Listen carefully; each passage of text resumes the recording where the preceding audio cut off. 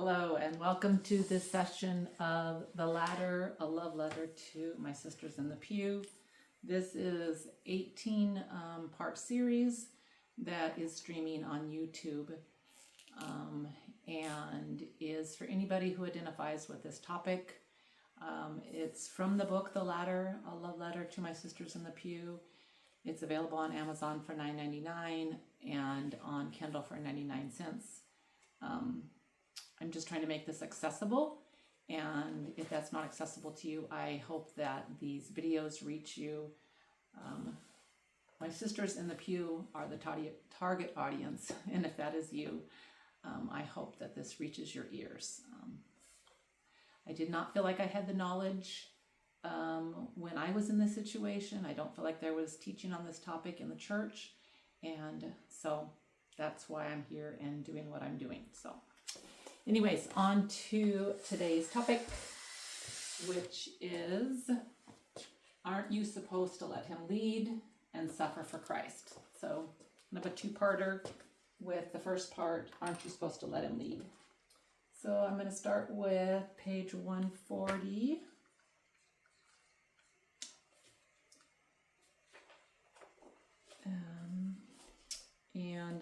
This might be a controversial topic, but I loved how this, well, probably is a controversial topic, but I loved how this was written and shared and explained to me, because I thought, oh, there's some truth to this.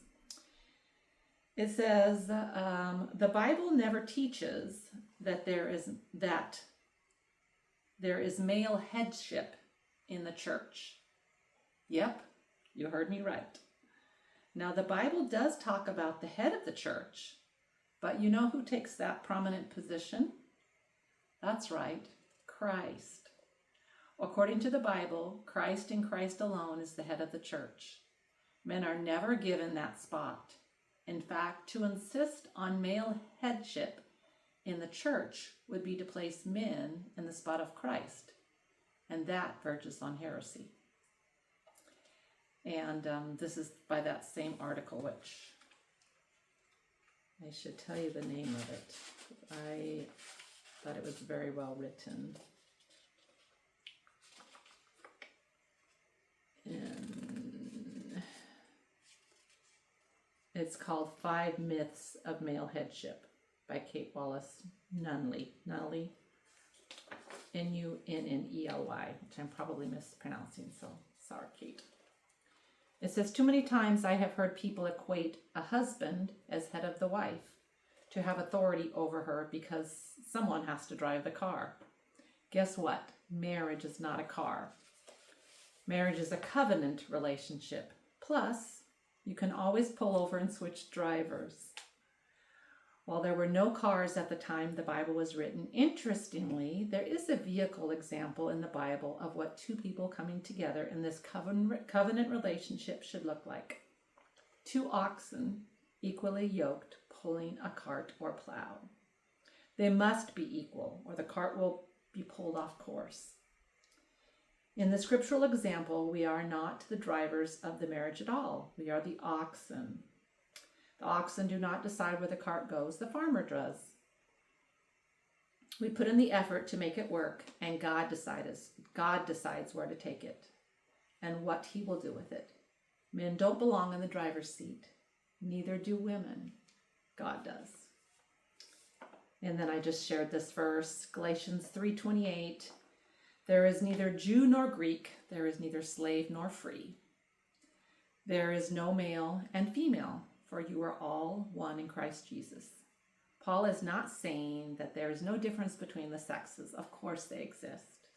He is tearing down old prejudices that existed to keep non-Jews, slaves, and women in their place. He is saying in Christ we are all one, loved and treasured in God's eyes. And so 110 talks about headship again. And I talked about this once before. This is that back and forth where the message is one thing, but depending on who's holding the message is how it's interpreted. So the message, this is on page 110, the message is husbands are the head of the household. And I think that it just depends on who's holding the message. A good-willed husband will say, I am responsible to love and protect my wife, where an abusive husband will say, I have a God-given right to rule my wife, my children, and my household. So in the first example, the husband is responsible for my wife, to love her, to protect her. And then the second example, she needs to obey me because I am the head.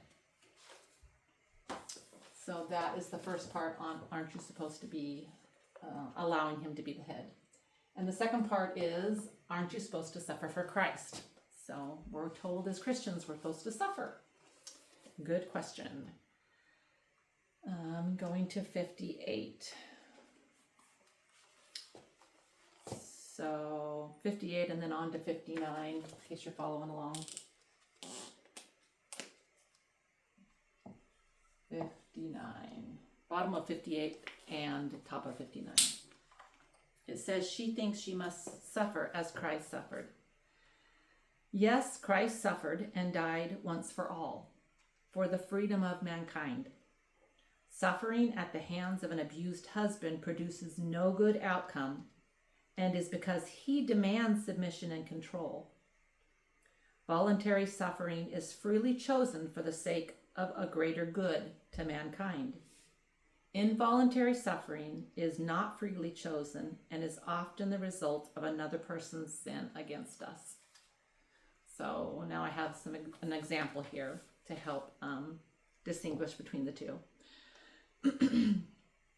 So how can you distinguish between the type of suffering that is part of a difficult life, but God can carry you through, from the type of suffering that is wrong and therefore should not just be endured?